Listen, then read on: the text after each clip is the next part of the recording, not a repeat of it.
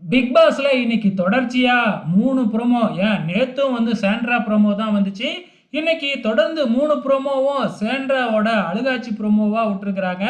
Sandra இப்ப என்ன செஞ்சுக்கிட்டு இருக்கிறாங்க அப்படின்னு பார்த்தீங்கன்னா, பிக் பாஸ் வீட்டுக்குள்ள இருக்கிற எல்லாருமே சேர்ந்து நம்ம சாண்ட்ராவை ஒதுக்கிட்டாங்க, கார்னர் பண்றாங்க அப்படிங்கிற மாதிரி அமித்துக்கிட்ட சொல்லிட்டு ஒரு சிம்பத்தி ட்ராமாவை கிரியேட் பண்ணிக்கிட்டு இருக்கிறாங்க.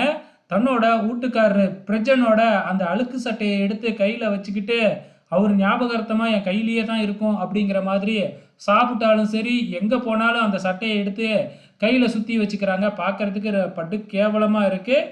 இப்போ கனி, திவ்யா கணேஷ் இவங்க மேலெல்லாம் வந்து பார்த்திங்கன்னா பயங்கரமாக ஒரு அக்யூசியேஷனையே கொண்டு வந்து வச்சுக்கிட்டு இருக்கிறாங்க. அதுலேயும் கனியை வந்து பார்த்திங்கன்னா பயங்கரமாக ரொம்ப தப்பு தப்பாக பேச ஆரம்பிக்கிறாங்க. கனி சிரிக்கிறா என்னைய பார்த்து அப்படின்னு சொல்லிட்டு, நான் தான் என்னை விட்டுருங்கன்னு சொல்லிட்டேன்ல, அப்புறம் எதுக்கு மறுபடியும் என்கிட்ட வந்து பேசுகிறா அப்படிங்கிற மாதிரிலாம் கேட்குறாங்க.